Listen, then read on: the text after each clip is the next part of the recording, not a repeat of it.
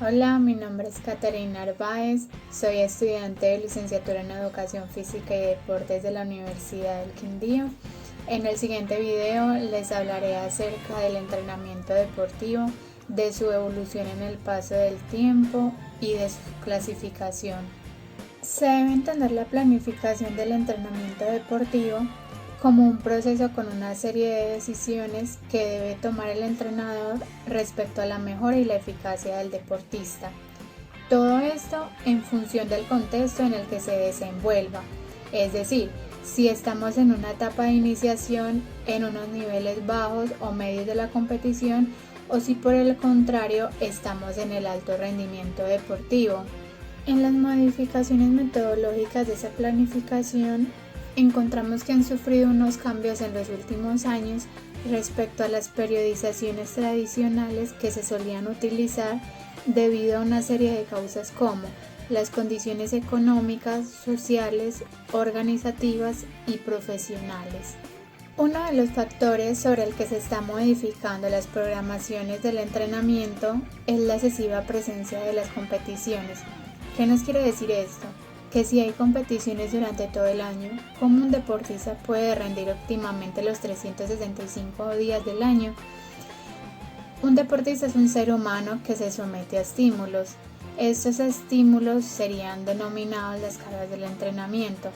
Estas tienen como una finalidad tener una o varias respuestas basadas en los fundamentos de dobles periodizaciones, como en el caso del atletismo, o en deportes colectivos mantener una forma constante y solo en algunos momentos puntuales de las temporadas alcanzar el máximo del rendimiento.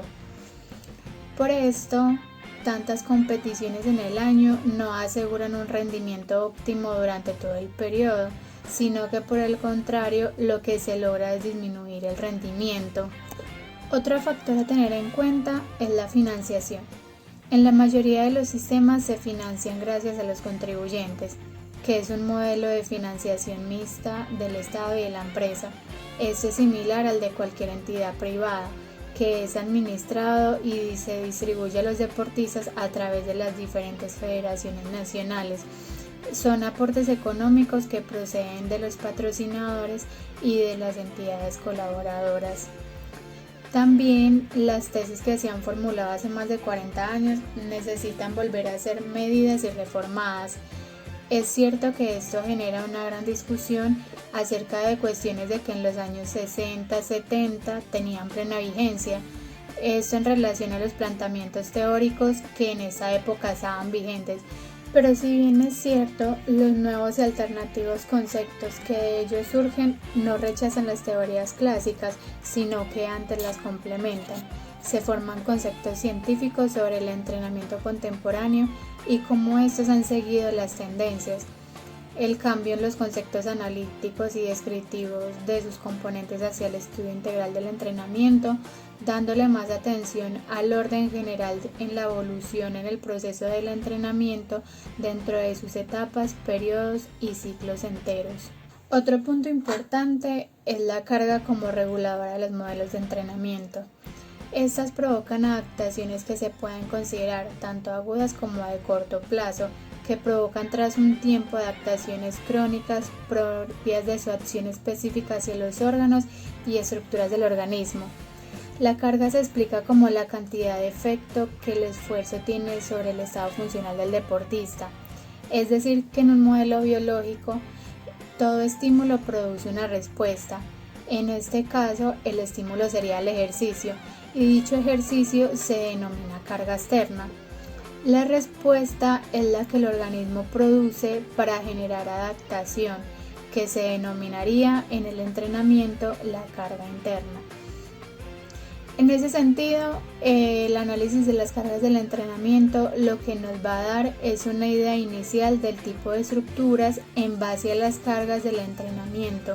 En cuanto a los componentes de la carga del entrenamiento, se definen por un determinado número de caracteres, como la naturaleza de los ejercicios, la intensidad, la duración, los intervalos en cuestiones de reposo entre un ejercicio y otro, los números de repeticiones también.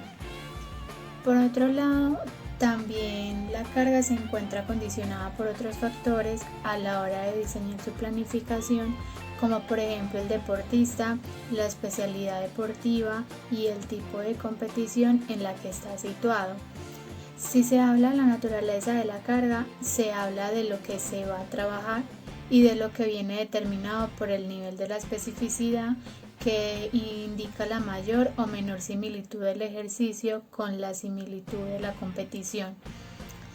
En la teoría clásica se ha dado relevancia a la preparación general, que es lo que hacen los contemporáneos, que solo admiten este tipo de preparación como un medio de recuperación, como la preparación de la carga del entrenamiento o como un método compensatorio.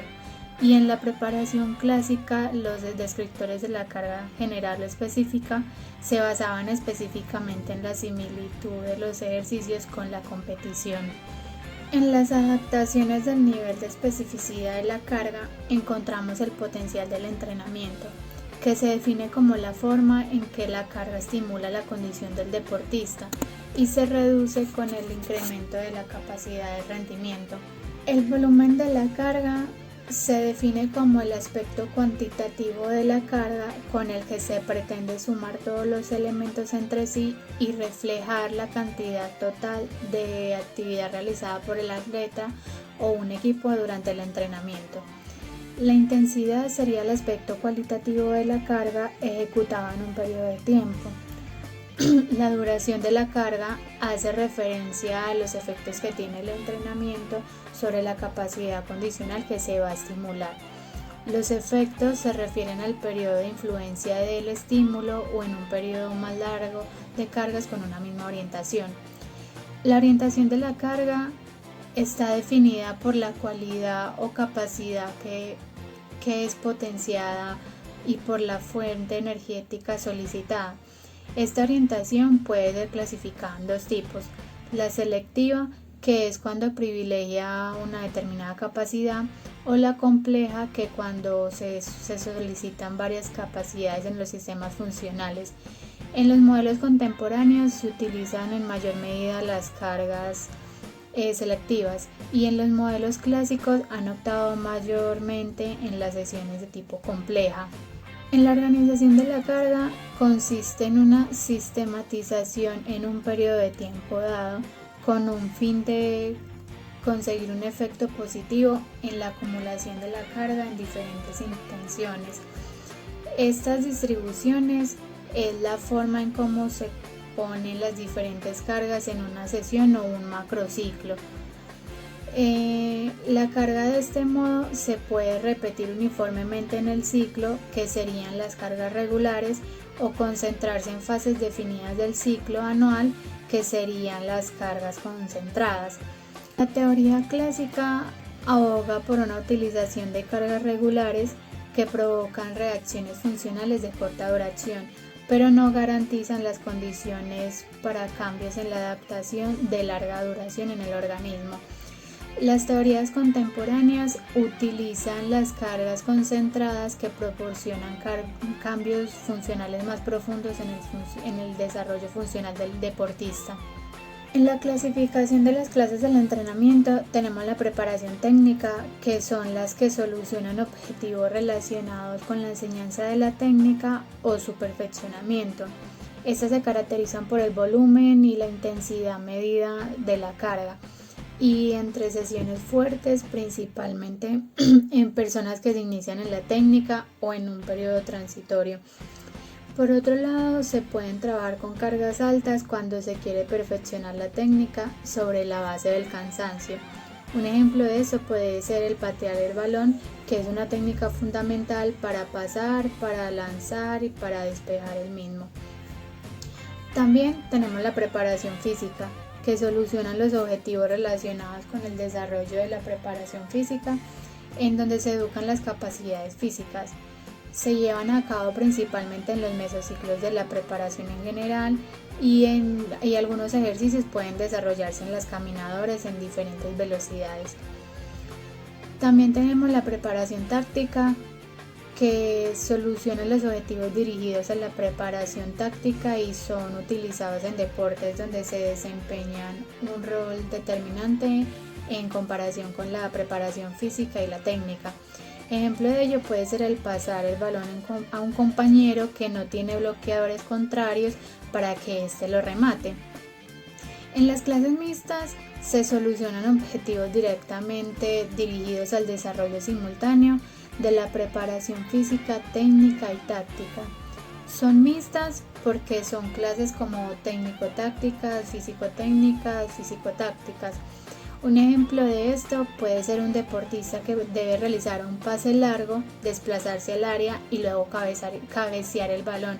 Ahí estaría trabajando varias técnicas, la resistencia, la táctica, lo físico, entre otras. Por último, las clases complementarias son las que solucionan objetivos extra unidad del entrenamiento, las que llamamos comúnmente las tareas para la casa. Estas especialmente se utilizan en la parte técnica o física.